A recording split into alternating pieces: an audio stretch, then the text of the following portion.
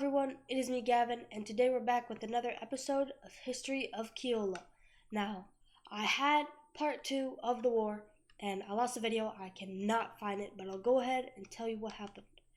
The invasion of the Karani Empire continued into the Ionasia Alliance until there was the Siege of Karani, where the Karani Empire's forces were crushed. They were driven out of the Ionasia's peninsula, and then the Ionasi pushed into the Karani Empire and destroyed them. And now they've been split up into sort of successor states to weaken their power, with Saronia having the capital and being the strongest. Then South Yor and Rakna are further strong as well, and North Yor and Ilonia are pretty weak.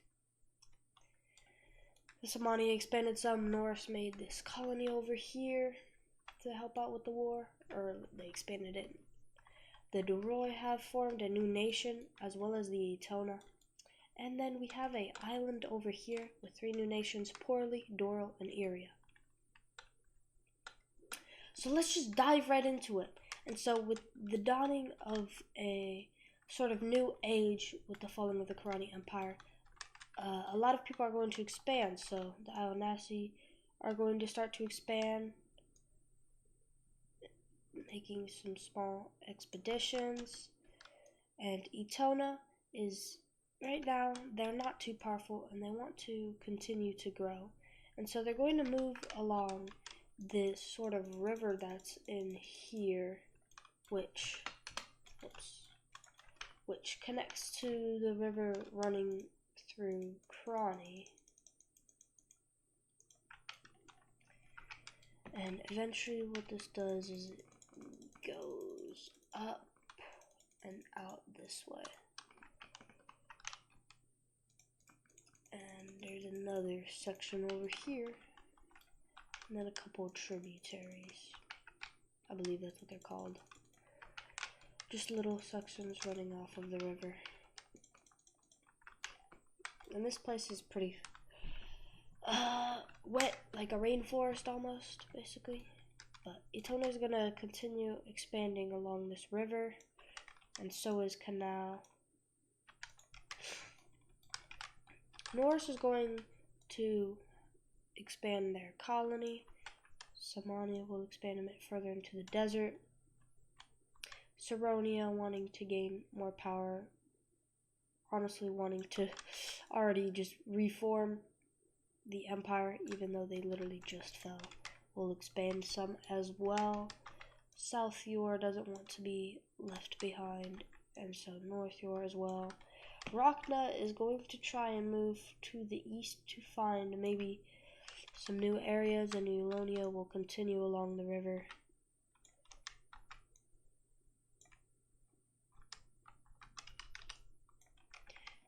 And so we have the age of expansion, basically. And over in the west, these 3 countries, Porli, Doral, and Iria, are feeling kind of crowded on their island. And so Iria goes to its fellow countries and says, Doral, Porli, my brothers, we must find new land from this island.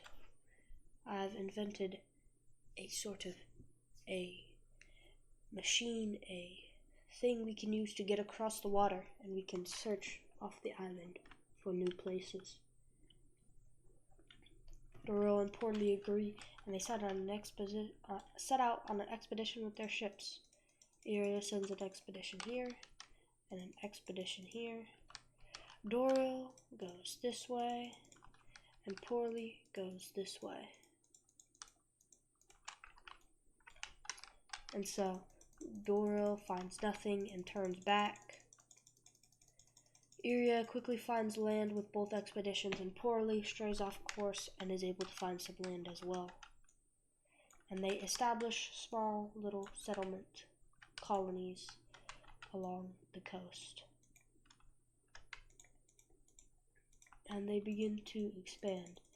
Doral, being unable to find anything the way they went, sends a expedition of their own towards where Iria went, assuming that there's a lot of land that way, and goes down here and then creates their own little colony too. And so that's the end of the things over here and back over here.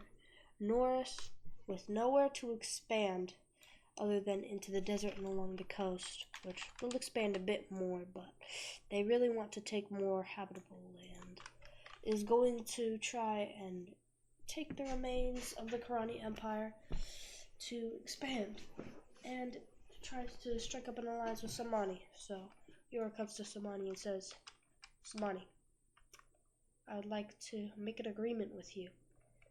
If you would help me invade North and South Yor, then, as well as Saronia, I will give you North and South Yor, and I will take Saronia and Eulonia. Samani agrees, wanting to strengthen itself, and the invasion begins.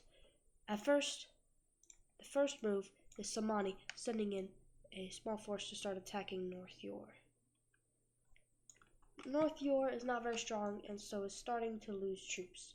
But a small defensive alliance has been formed between South Yor, North Yor, and Saronia, as well as Eulonia, wanting to make sure that the empire wasn't crushed, even though it was just a defensive alliance and they weren't like best buds or anything.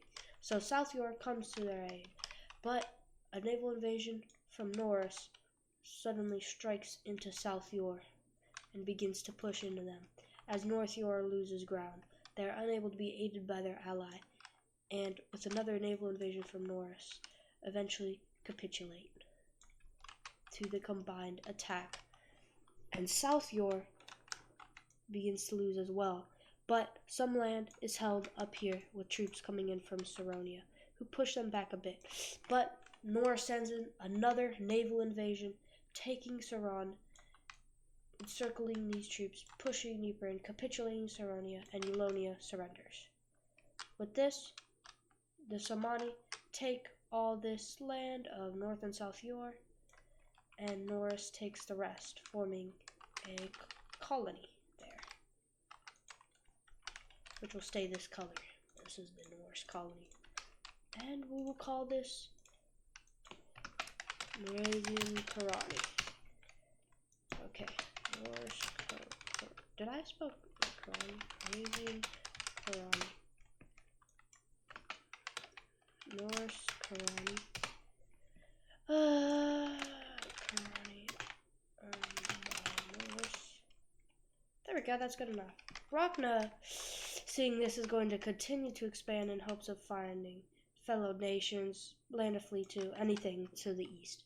And they discover a river here, as well as a nation living amongst the river.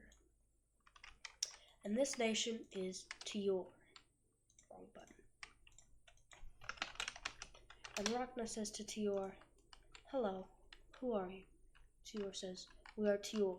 We would prefer it if you stayed off our lands. Rachna says, I do not wish to invade you or take your lands. I just want to know about this area. There is a threat on my western border, and so I've been expanding to the east. Tior says, well, to the south of me is another nation, Yon, continuing along the Joklo River. That is all I know. Now please leave. And Rachna leaves their diplomats and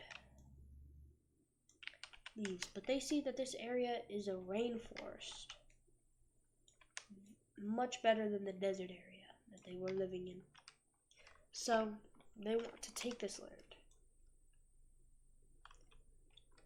land. Meanwhile, up here, Itona continues to expand into the river canal a bit. More expansion as well. Caria, just continued expansion. Caria expands very rapidly, so the Doroi expand and meet with them. And the Doroi are actually going to, just could finish up these expansions here. The Doroi are going to find a small nation up here, really not very civilized, more of a little tribe. And these are the Feroi Raiders. And they're going to send small raiding parties down to Doroi, pillaging their north. And Let's head back over to the west for a moment, where these colonies are just going to continue to expand. Area is going to just connect their colonies up, making a large coastal place. Daril is going to expand along the coast somewhat, but also move inland into this sort of forest area, taking its natural resources. Poorly is going to expand along the coast and inland. And that's the end of the expansions here. They're all taking resources. The area starts to move towards fishing. Poorly is actually able to find some minerals and start some early mining, where we're starting to get into the bronze and like metal age. And then Doril is getting wood. And now back over here. The rest of the Ionasi alliance have set an ultimatum to Norse, despite them still being allies, saying that if they were to expand any further into the Kharani Empire, which would be by taking Rakna, that they would declare war and stop Norse right there. But Norse hasn't sent any formal agreement or anything to this, and just continues to sort of be excommunicated, kind of, or like just left out. They're not as participating more actively in the area. Tior will expand a bit, as well as Yon, which I forgot to put the little namer thing. Yon. And then what's going to happen is that Utona is going to find a little nation up here upon the river. And this nation is very large, but very sparse. And so Etona is going to declare war in hopes of taking this land and expanding their nation. And this small nation can't do anything to stop them, as Etona just pushes in and takes it over, capitulates them, and annexes the whole nation, as well as moving down on the river and meeting up with the border of Canal. And so with this area being here kind of closing in, Canal, Etona, and Rosie divvy up the land.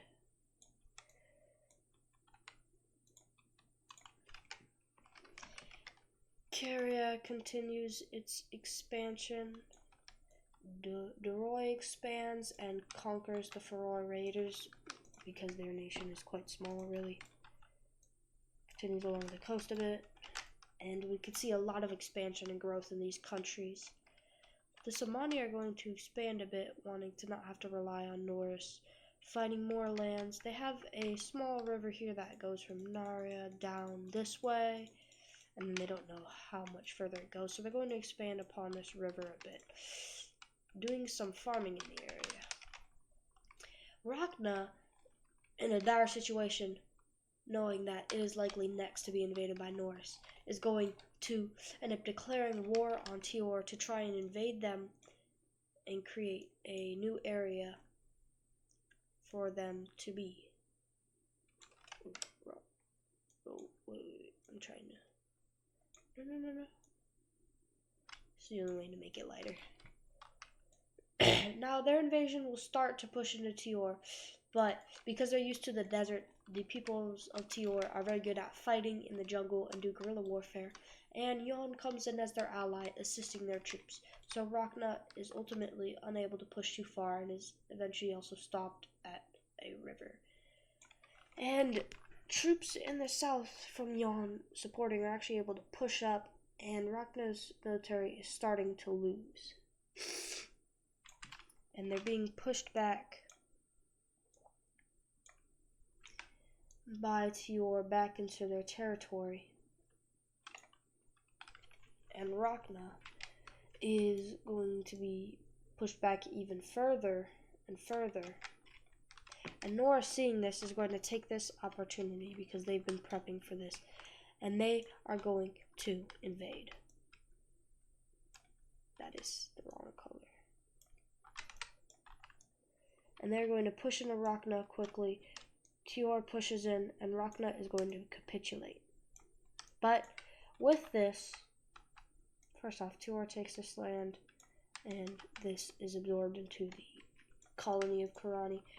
With this, Caria Canal and Rosie will declare war on Norris. And Caria is going to start to push in, and Norris is a very small country, so they're beginning to already be threatened to be destroyed almost completely by these small invasions that are beginning. The small amount of land that is being gained by the Ionasia Alliance, who they are now no longer a part of. And a sort of spearhead is going to appear, cutting off a small southern part of the country, which will push out of it. But the unexpected happens, and Norris launches a naval invasion into the south of Caria, which pushes in, consolidating their position in the south, and then pushing straight for Hork, the heart of Caria, while cutting off this army and destroying some of the Carian troops as they push them back with the naval invasion forces and home defense forces, eventually besieging Hork and surrounding it. Let me go ahead and just color a bit of that back. They continue to push further into Caria and push back Carian armies as well, stabilizing a sort of front line in the north, as Canal still makes some ground. Hork falls to the newly used catapults that were invented by Rosie, now used by Norris, who continues to push through Caria and pushes back Canal as well until Caria capitulates. Then Norris begins to push somewhat into Canal, who is unable to defend against a sudden thrust, and Rosie's troops have not arrived yet. Then another naval invasion lands south of Crony, as well as to the east, pushing in to besiege the capital with an encirclement, pushing up along the river, moving to meet up with Norris's troops, and closing in to crush Canal's troops. At this point, a lot of the Ionasia Alliance is starting to lose to Norris, and this is a huge upset, really. But Rosie's troops begin to near Crony and push back the troops almost completely, on the western bank completely, leaving just the besieging forces to the east. And this is where we find ourselves at the siege of Crony. And here we find ourselves at the siege of Crony, the second siege of Crony. Norris seems to have its troops to the north, with Canal spread out throughout the city, though there seems to be a severe lack of troops from Norris. A detachment over here pushes onto the wall with a siege tower, while these troops push across the bridge to attack the north gate, and these troops push across the wall here. Canal concentrates its defenses while moving some north and pulling these troops up to support from the streets and outnumber the enemy.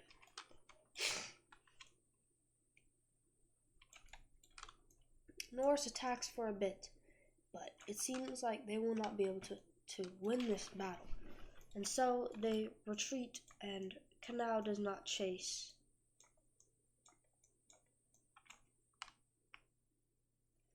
Actually, no. A foolish commander sends his troops in, thinking that the battle is won, to chase down the retreating Norris troops. But he is caught in a bad position, as these troops also reposition, and is encircled, and his unit is destroyed with only a few men managing to run out of there. These troops continue to seemingly pull back while these men pivot to the other side, where the true assault of Norris lay. A massive army which pushes in very quickly from the south. Canal had not properly seen this attack coming and had left it completely open, but they now begin to pivot their troops down to defend the city, as it is already taken, or the Norris's troops have already pushed in. These men have breached over the wall and then they have pushed into the city.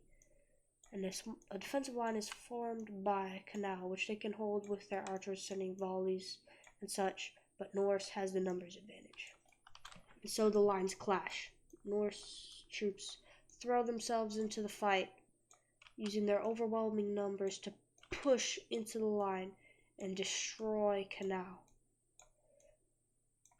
And eventually, a concentration of troops in the center is able to push them back, forming a gap in the lines, dividing the army into two.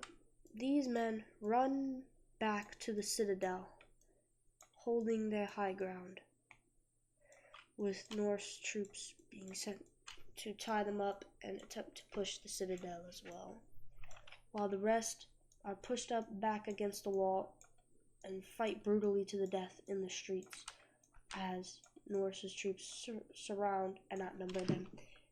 And eventually this one on the flank is destroyed.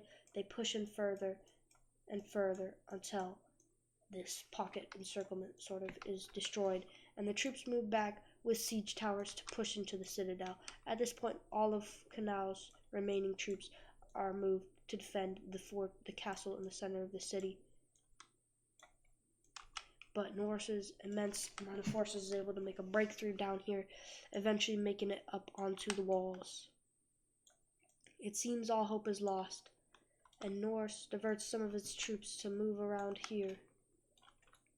Well, actually, no, these troops come back in with a small diversion as well, and they move across the bridge. And because this is a little unfair, I'll go ahead and just put a little. There's some of these guys, and so these men move to try and take the last citadel of the castle, while these men move across the bridge, crushing Canal in half. But just then,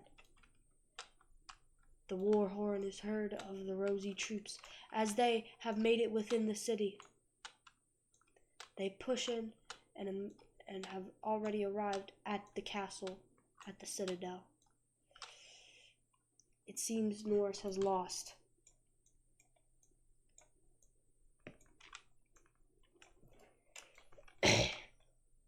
Though Canal was starting to crumble as these troops continued their charge across the bridge, hoping to escape.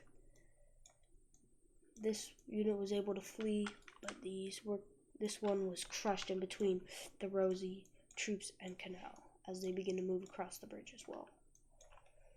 Norse continued to take the walls, though, as another unit of Canal fell, and their reserves moved south.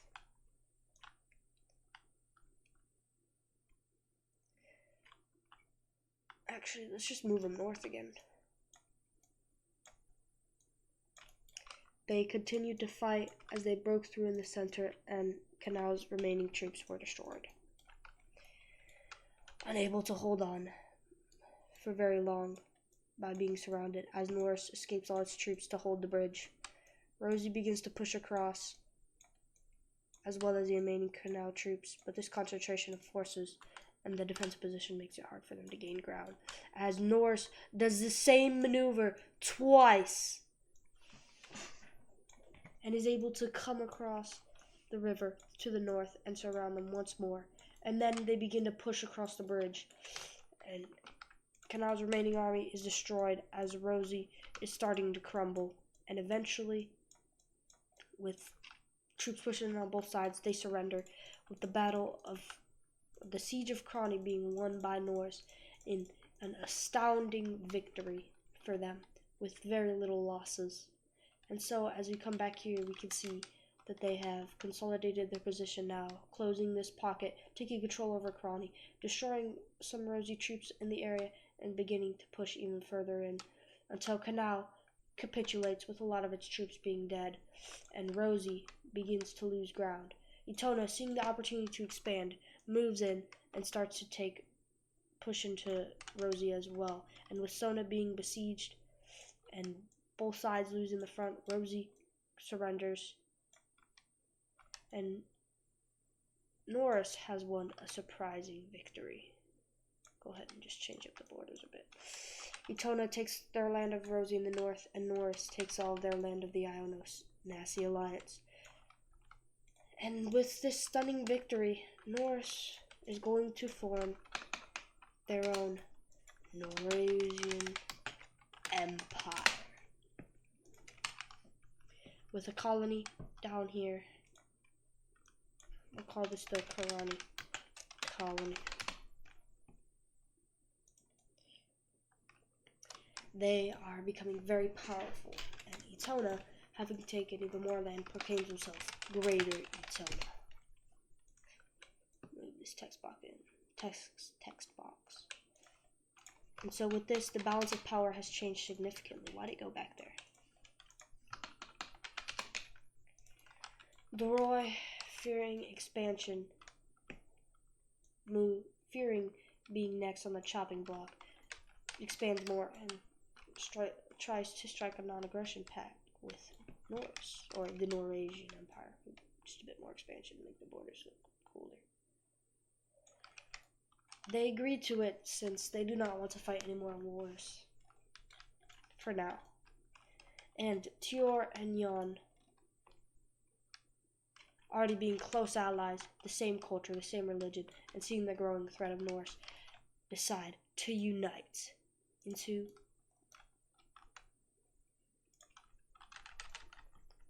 drumroll please, the Great Union of Jokla. Now, more nations are being revealed. More of the Joklan River sort of culture people live down here.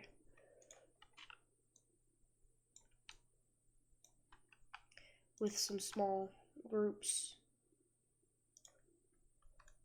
And the now proclaimed Greater Union of Jokla moves to these smaller tribes and says, "Hello. We are all the people of the river of Jokla. We are required to live. You should join our great union, and we will become much stronger together. A large empire across the sea threatens to destroy us, and then you next. You should join us, and we will protect you, and we will become our own empire." The tribes know they cannot win this war and also wish to join, and so they unite. And instantly Jokla has become a much greater power as well. So now we see a sort of mini age going from smaller divided nations into large empires, as we also reach the year 20, with the world population now hitting about 280,000. A huge increase.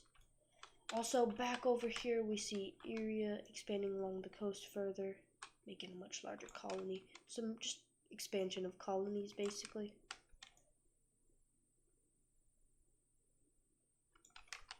And then also, Etona will continue to expand a bit along this coast. Just trim this down a little bit. They're getting very large. Taking on a sort of panhandle shape, kind of like Namibia. Also, I messed that up. They're going to continue a bit along these rivers as well.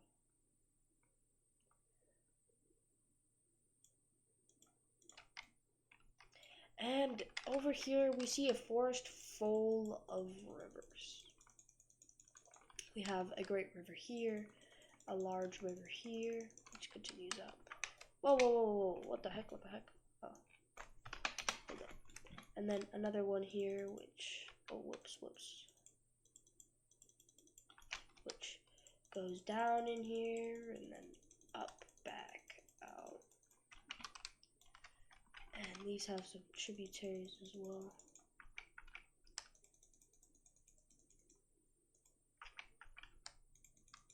I'm honestly not sure exactly how rivers form, so this might not be the most realistic looking stuff, but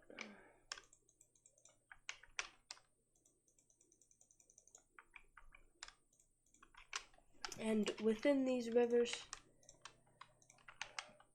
oh my gosh, I have to make that good, bro, are some large tribes. And so this confederation, I'll make them, looking at the colors we have not used, I think I'll make them various shades of light blue.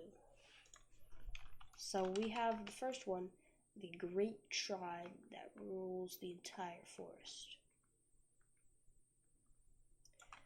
Next up we have a smaller tribe down here, and I think I'm going to change that a bit, and then we're going to find this color, and these guys are going to be along here, and then finally take this color and dim it a bit. Then we're going to put these along in here, expand these guys a bit, and so we have the Iroquois tribe,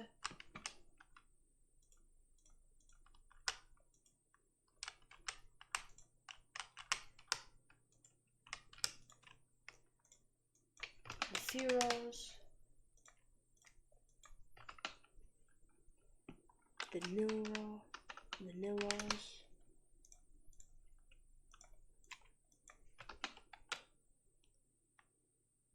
there we go, and then the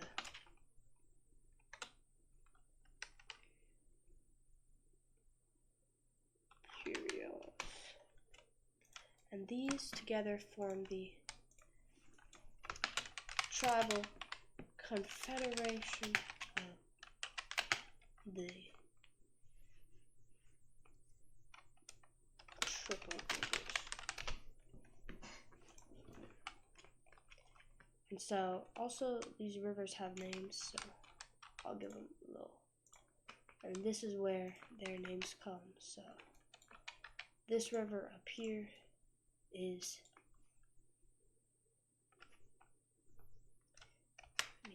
one of those. Then we have the Poros, and then finally the Droros.